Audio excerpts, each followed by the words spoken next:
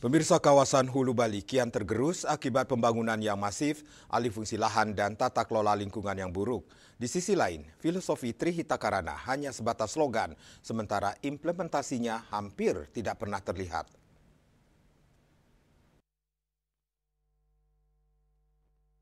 Melihat fenomena yang terjadi di Bali saat ini tentu tidak terlepas dari filosofi masyarakat Hindu Bali yaitu Trihita Karana. Bagaimana hubungan harmonis manusia dengan Tuhan atau parahyangan, hubungan manusia dengan manusia atau pawongan, dan hubungan manusia dengan alam atau palemahan.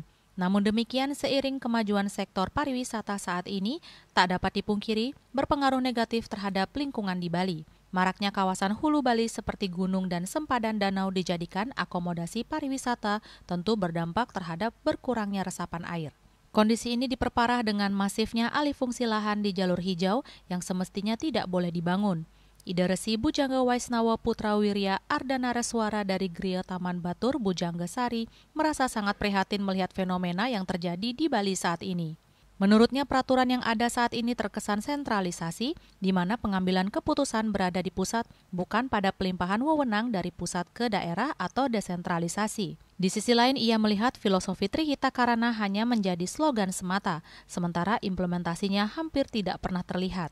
Nah ini, fenomena inilah yang menjadi sangat mengenaskan di Bali sekarang ini. Sehingga terus saja Trihita Karana itu hanya slogan saja seolah-olah.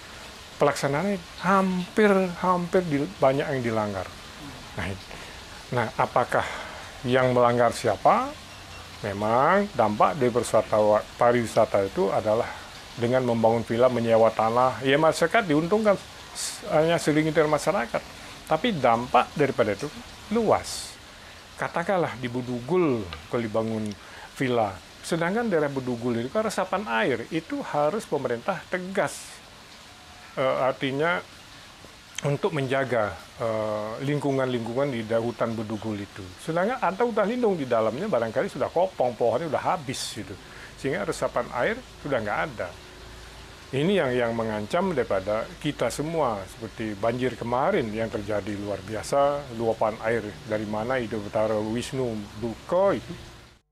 Pihaknya juga mengajak seluruh masyarakat untuk introspeksi diri atas fenomena yang terjadi belakangan ini di Bali, bagi pemangku kebijakan agar benar-benar mengeluarkan regulasi yang sejalan dengan filosofi Trihita Karana.